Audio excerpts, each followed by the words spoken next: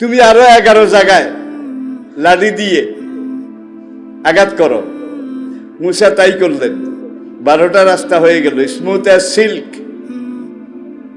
তারা নামলো, নেমে সদল বলে তারা নদী পার হয়ে তি ময়দান মিশরের ঠিক বিপরীত এই জায়গায় গিয়ে যখন উপনীত হলো, ওয়াজাল্লালনা আলাইকুমুল গামামা ওয়ানজালনা আলাইকুমুল মান্না, আল্লাহ মেঘ দিয়ে তাবু বানাই দিলেন। জড়ি নাই, কুয়াশা নাই, মেঘের ছায়া, আল্লাহর রহমতের ছায়া। ওয়ানজালনা আলাইকুমুল মান্না, এরপরে প্যাকেট ফুড, রেডিমেড ফুড বেহেশতে আল্লাহর ফেরেশতারা তৈরি করত।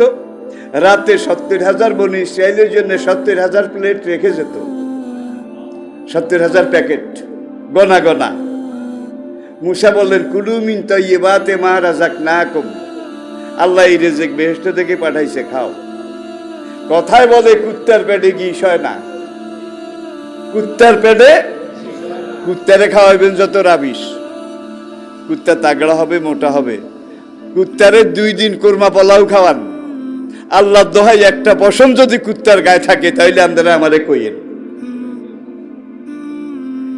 এখন জাহান্নামের কয়েদি বনি ইসরায়েল দুনিয়ার কুত্তা, বেহেশতের মানা সালুয়া, এটা কয়েক মাস খাওয়ার পরে শরীরটা এখন হাঁটার সময় গোস্ত থ্যাত্তর থল্লর করে, বাবা ব্যাঙের মতো। এখন শরীরটা একটু মোটা হয়ে গেছে, তাজা তাগড়া হয়ে গেছে।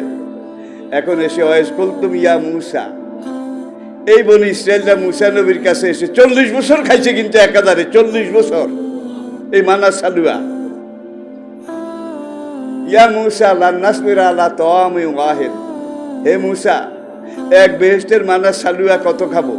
এখানে আরেকটা কথা আল্লামা খাকানি রহমতুল্লাহ আলাইহি লিখেছেন, একই বেহেশতের মান সালুয়া, আজকে একরকম স্বাদ, কাল আরেক রকম স্বাদ, পরশু আরেক রকম স্বাদ। আল্লাহ পারে নাকি পারে না? যেটা খাইলে আর রুচি বিগড়াবে না, এক একদিন এক এক স্বাদ, প্রত্যেক দিন নতুন, ঠিক কিনা বলেন? নজরুল তার কাব্যের মধ্যে লিখেছে, গোস্ত রুটি খেয়ে খেয়ে খুব ক্ষুধার খাসি হয় শিসবে খুব, গোস্ত রুটি খেয়ে খেয়ে খুব ক্ষুধার খাসি হয় শিসবে খুব। এখন শরীর মোটা হয়ে যাওয়ার পরে মুসার কাছে লাইন বেঁধে আসছে, ওয়াইজকুলতুম ইয়া মুসা লান নাসবিরা আলা তাআমিন ওয়াহিদ, এক মানা সালুয়া খাইতে খাইতে ফ্যাট জমে গেছে, শরীর মোটা হয়ে গেছে, এখন আর এটা রুয়ে খোঁজে না। ফাদু লানা রাব্বাকা, হে মুসা তুমি দোয়া করো আমাদের জন্য তোমার রবের কাছে। তবু কি খেয়াল করেন নাই বোধহয়? ফাদু দোয়া করো লানা আমাদের জন্য, রব্বাকা তোমার রবের কাছে। তবু কি এতদিন কারে খাওয়াইলাম বেহেশতের নেমত মানা সালুয়া, কত বড় নিমুখ হারাম, কত বড় গাদ্দার। মুসা আলাইহিস সালাম ছোট্ট করে বললেন, আতাস্তাবদিলুন আল্লাযী হুয়া আদনা বিল্লাযী হুয়া খায়র। আরে বেহেশতের মানা সালুয়া, এক এক দিন এক এক স্বাদ, নিত্য নতুন স্বাদ। এইটা বাদ দিয়ে তোরা কি কি খাইতে চাস? ফাদুলানা রাব্বাকা, আবার কয়, হে মুসা তুমি আমাদের জন্য দোয়া করো তোমার রবের কাছে। ইউখরিজ লানা মিনাল আরদি মিন বাকলিহা ওয়া কিসাইহা ওয়া আদাসিহা ওয়া আফুমিহা ওয়া বাসালিহা, টান কসু, মান কসু, ছড়া কসু, মুড়া কসু, কালি কসু, ডালি কসু, আলু, শালগম, মিঠা কুমড়া, এই মাটির এগুলোর জন্য দোয়া করো। মুসা কাহারে কুত্তার পেটে ঘি সয় না, আমি যে কথা বলছি ঠিক কিনা বলেন? কয় তাড়াতাড়ি দোয়া করো।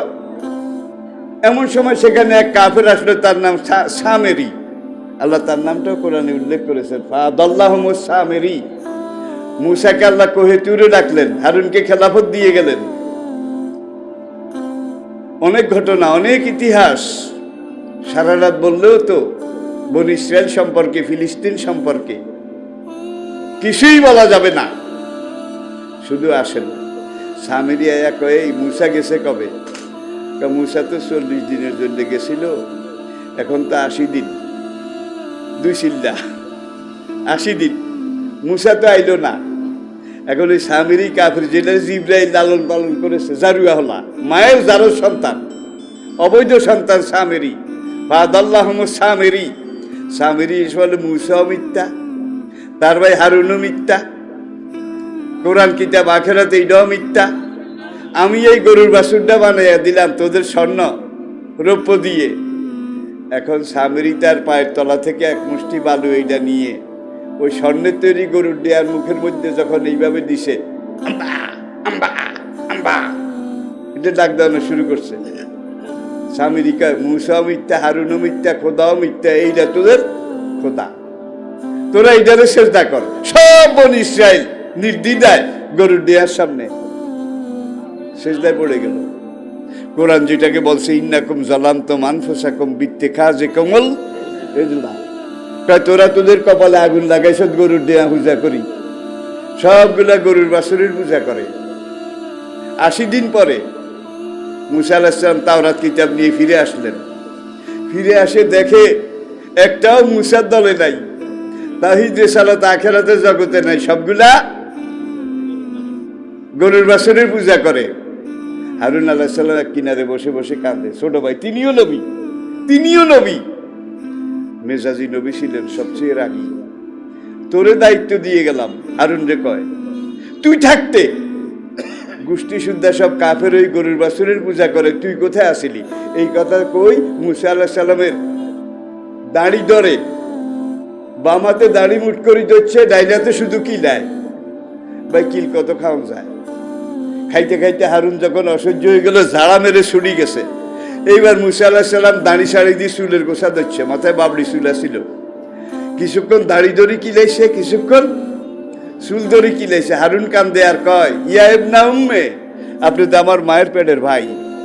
লা তাখুজ বিলিহিয়াতি ওয়ালা বিরাসি, আপনি যদি দাড়ি ধরে আমার এইভাবে কিলান, চুলের মুঠি ধরে কিলান, লা তাসমিদ বিলা আদা, এই মুশরিক বনি ইসরাইল তারা হাসবে, এবার মৌলবি মৌলবি লাগছে কি ভাইয়ে ভাইয়ে, তারা হাসাহাসি করবে।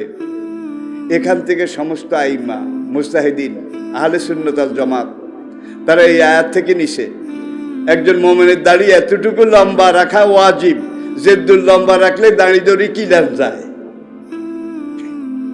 মুসা হারুনের দাড়ি দড়ি কিলাইছে তো, তাইলে এটা আমি শুনা নিলাম বিয়া সকল নবীর সুন্নত।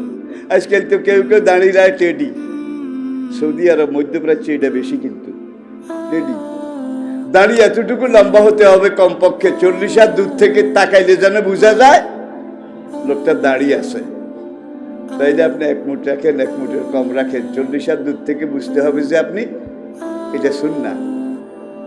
কিন্তু কবুতরের লেজের মতো দাড়ি, এটা তো দাড়ি নয়।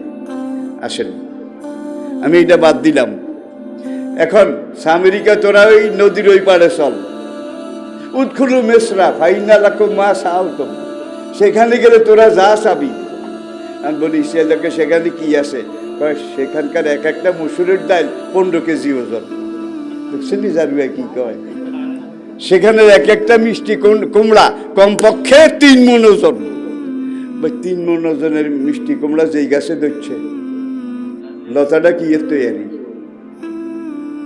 এরপর আসেন কয় সেখানকার এক একটা জিলাপি গরুর গাড়ির চাক্কার চেয়েও বড়।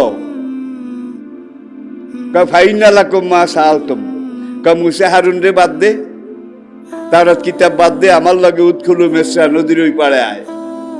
এখন সবগুলা চলে গেছে, হুশিয়ার 2-4 জন ছাড়া। ভাই এখন যে জিলাপিটা গরুর গাড়ির চাক্কার চেয়েও বড়, এই হারামজাদারা চিন্তা করলো না এত বড় জিলাপি ভাজি করার মতো কড়াই সাসপেন্ড সেই দেশে আছে কিনা। কি গরুর গাড়ির চাক্কার চেয়ে বড় জিলাপি ভাজতে হলে কড়াইটা কত বড় লাগে ভাই? মুসুর ডাল একটা 15 কেজি, গাজার নাও পাহাড় বাইয়া যায়, কোন ডাল গাছে ধরলো? এটা কি সম্ভব? এখন সামেরি কয় এখানে সব আছে, সোনা ফলে, এটা সোনার জমিন। কয় তাহলে কি করব? কয় আগে খেতি করতে হইব, গৃহস্থী খেতি কর, বিচি লাগা। আলো নাই, গরুও নাই। আমি স্বর্ণকার, আমি কর্মকার, আমি নাঙ্গল বানাই দেব, তোরা আল সহ আগে বালা করি। আল না চলে কিন্তু গাজর, শালগম, মূলা, গোল আলু, মাইটা আলু এগুলা ভালো হবে না, আল বালা করে সইতে হবে। 4000 বছর আগের খনার বছর খোলেন, সেখানে লেখা আছে 16 চাষে মূলা, তার অর্ধেক তুলা, তার অর্ধেক ধান, বিনা চাষে পান। এখন জমি হারা হয় না। 40 বছর যারা মানা সালুয়া খাই খোদার খাসি হয়ে গেছে, হাঁটার সময় এইভাবে শরীর থল্লর থল্লর করে। গরু পাবো কোথায়? কারি গরুর দরকার নাই, তোরা 2 জন গরু কান্দে লাগাই ঠেল। আরেকজন চাষি আইল্লা নাঙ্গল চেপে ধর। বা এইভাবে কান্দে যখন ঠেলা শুরু করেছে, 1-2 ঘন্টা ঠেলার পরে টপ টপ টপ টপ করে রক্ত, সবগুলার কান্দা গরুর গোকাদার মতো গায়ে হয়ে গেছে। 40 বছর আল্লাহর মেহমানদারি খানা মানা সালুয়া খাইছে, এখন সেই নাঙ্গল টানে। 3 মাস অপেক্ষা করেছে, আমেরিকায় নতুন জায়গায় এসো, কয়েকদিন কষ্ট কর। এমন কথা দুনিয়ার বাজারেও কিন্তু আছে, ঠিক কিনা বলেন? এখন 3 মাস পরে ফাল্লাম্মা যা হুমলে হুসুদিহিম, কেউ ঠেলা গাড়ি লই গেছে, কেউ বড় বড় ওই টুকরি সাজি এগুলা নিয়ে গেছে। কারণ এক একটা ডাল যদি 15 কেজি হয়, দরুনে দরুনে ডাল খেতি। কচুর মুড়া লাগাইছে, কোদাল দিয়ে কোপ দিছে, কোপ দিয়ে এখন উড়াই দেখে যে ছড়া তো দূরের কথা, কচু গাছের মুড়াও নাই। আলুর লতা কোপ দিছে, কোপ দিয়ে দেখে শুধু লতাটা মাটির উপর আছে আদা মরা, নিচে কোনো আলুও নাই, শিকড়ও নাই। হ্যাঁ হ্যাঁ, কচুও নাই, আলুও নাই, গাজরও নাই, শালগমও নাই। অথচ স্বামীরই কইছে ঐনালাকম মা সালতম, এক একটা কচু হবে 1.5 মণ, কুমড়া হবে 2.5 মণ, মুসুর ডাল হবে 15 কেজি। এখন দেখে যে কাঁড়ো মিশা গরম মিশা। কান্দে গা করলাম, এত কষ্ট করলাম, আল সইলাম, 3 মাস উপাস থাকলাম, কিছুই তো পাইলাম না। ডাল না পাইছো তো অসুবিধা কি, কুমড়া না পাইছো তো অসুবিধা কি? Crisis period. কচু গাছগুন হোঁডা হোঁডা পাকা পাকা, এগুলারে কাটি কাটি সিদ্ধ করি খা। আলুর লতাগুলা পানি দিয়ে সিদ্ধ করি খা। ভাই 6 দিন খাওয়ার পরে সবগুলার পাতলা পায়খানা শুরু হয়ে গেছে, ডাইরেক্ট হয়ে গেছে, এখন কোনো বার্তার নাই। 8ম দিনে দেখা গেছে সবগুলার রক্ত আমসা হয়ে গেছে। 1 মাস যখন এই রক্ত আমসায় হাঁটতে হাঁটতে এক একটা নিতম্ব, টিয়া বুঝেননি, টিয়া তালের দানার মতো শুকাই গেছে। চামড়ার উপর দিয়ে হাড্ডিগুলা গনন যায়। ইতিহাস অনেক লম্বা ভাই, অনেক লম্বা। আসেন আবার আমরা ফিলিস্তিনে চলে যাই, এরা এখানে থাক, এরা এখানে থাক। একটু আগে আমি বলেছি কাবা শরীফ তৈরি করার 40 বছর পরে আদম আলাইহিস সালাম বাইতুল মাকদাস এটা তৈরি করেছিলেন। তাহলে দুনিয়ার 2 নম্বর প্রাচীন মসজিদ এই বাইতুল। আর এই ইহুদি জাতিটা মদিনায় আসিল, জানেন তো? মদিনাতে নবীর দাঁত ভাঙছে, মাথার খুলি ভাঙছে। নবী ক্ষত বিক্ষত হয়েছে ইহুদিদের কারণে, এদের ষড়যন্ত্রের কারণে। নবীজি মদিনায় গিয়ে দেখেন পুরা মদিনাটা ইহুদিদের দখলে, ব্যবসা বাণিজ্য থেকে শুরু করে অর্থনীতি প্রশাসন সব ওদের দখলে। এখন নবী হিজরত করে সেখানে গেলেন, মদিনার কিছু লোক আওস খাজরাজ থেকে শুরু তারা ইসলাম গ্রহণ করলো। ইহুদিরা যখন দেখলেন মুসলমানরা উড়ে এসে জুড়ে বসছে, এখন আস্তে আস্তে শক্ত হয়, এই তারা পিছনে লাগলো। উহুদের যুদ্ধে নবীর দাঁত ভাঙছে, হামজা শহীদ হয়েছে, হামজালা শহীদ হয়েছে এই ইহুদিদের ষড়যন্ত্রের কারণে। খন্দকের যুদ্ধ চলছে, একটা উদাহরণ নেন। যুদ্ধ তো কুরাইশদের সাথে, মক্কার মুশরিকদের সাথে। ইহুদিরা এখন মাঝখান থেকে লাফায় আর মক্কার মুশরিকদের সহযোগিতা করে। নবীর ফ্যামিলি আহলে বাইত তাদেরকে নবীজি খন্দকের একটু দূরে মসজিদে ফাথা, যেখানে মসজিদে ফাথা যারা গেছেন দেখছেন, সেখানে একটা বিল্ডিং তৈরি হচ্ছিল নতুন, ছাদ এখনো হয় নাই, দেওয়াল তৈরি হয়ে গেছিল, গেট টেট লাগানো হয়েছে। নবী তার আহলে বায়েতকে এই ছাদবিহীন ঘরটার মধ্যে রাখলেন, কারণ নবী খন্দকের মধ্যে চলে যাচ্ছেন, যুদ্ধে চলে যাচ্ছেন, ফ্যামিলি পাহারা দেওয়ার মতো কেউ। এখন সেখানে বুড়া বেড়া একজন আছে, কবি হাসান বিন সাবেত। হাসান বিন সাবেত, এই বেটা যুদ্ধ করার হ্যান্ডম নাই, একেবারে বুড়া, ভাই আত্মন বুড়া। নবীকে তুমি কি করবা? হুজুর যুদ্ধ করার মতো তো শক্তি নাই, তা আপনার ফ্যামিলি যেখানে রাখছেন আমারে ওই হাফ কনস্ট্রাকশন বিল্ডিংটা দুয়ার দরজা পাহারা গেট পাহারার জন্য গেট কিপার হিসাবে দায়িত্ব দেন। হুজুর বললেন ফালামরো কাজা আলেক, ঠিক আছে তুমি গেট পাহারা দাও। নবী খন্দকে, সব সাহাবারা খন্দকে।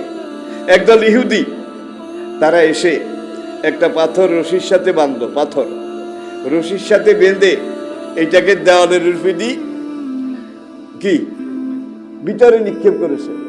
পাথরটা সেখানে পড়ছে, দড়িটা দেওয়ালের উপর দিয়ে এখন ওদের হাতে, এখন রশি বেয়ে বেয়ে ওরা ওঠে। ইহুদিরা যুদ্ধ হয় মুশরিকদের সাথে, আর এখান দিয়ে দড়ি খেলা ইহুদিরা খেলায়। উঠতে উঠতে উঠতে উঠতে দড়ি বাই বিমের উপর উঠছে, বিম বিম থেকে আবার দড়ি বাই ভিতরে নামছে। নবীজির ফুফু, মনে রাখবেন হযরত সাফিয়া রাদিয়াল্লাহু তাআলা আনহা, তিনি যখন দেখলেন ইহুদি একটা ঢুকছে আর এইভাবে দেওয়াল বাইয়া তো কোনো মুসলমান উঠবে না, দুয়ারে এসে হাসান বিন সাবেত তাকে বলবে গেট কিপার কে, I am so and so, আমার এই পরিচয়, আমার এই দরকার। কিন্তু এরা যে দেওয়াল বাই উঠছে, এরা তো সব ষড়যন্ত্রকারী। এইবার হযরত সুফিয়া রাদিয়াল্লাহু তাআলা আনহা, তিনি ওই দুয়ারের ওই ইয়া দেনা খিল, মোটা খেজুরের বর্গা একটা আসিল, সেইটা লই ইহুদি যখন লাভ দিয়ে ঘরের ভিতরে পড়ছে, এটা এমন জোরে বাড়ি দিছে হযরত সুফিয়া নবীর ফুফু বাড়ির লগে হাতে ছটফটায়। এখন সুফিয়া যে হাসান বিন সাবেতের এত বডি একটা দিছে, বডি তরকারি গুড়ির না বডি, বডি দেওয়া একটা দিয়ে হাত ধরে হাসান বিন সাবেতের টানি আনে। এই ইহুদি এখানে সডর বডর করে, কয় উকতুল হু, কয় তারে জবা করো। এখন হাসান বিন সাবেত রাদিয়াল্লাহু তাআলা আনহু, আমার তো যুদ্ধ করার হ্যান্ডওভার নাই, হ্যান্ডম যদি থাকতো আমি খন্দকে থাকতাম, দুয়ারে বই বই জিততাম না। ইনি খেফতো আলা নাফসি, তার গলায় বডি দিয়ে পৌঁছ দেওয়া আমার ডর লাগে। আমার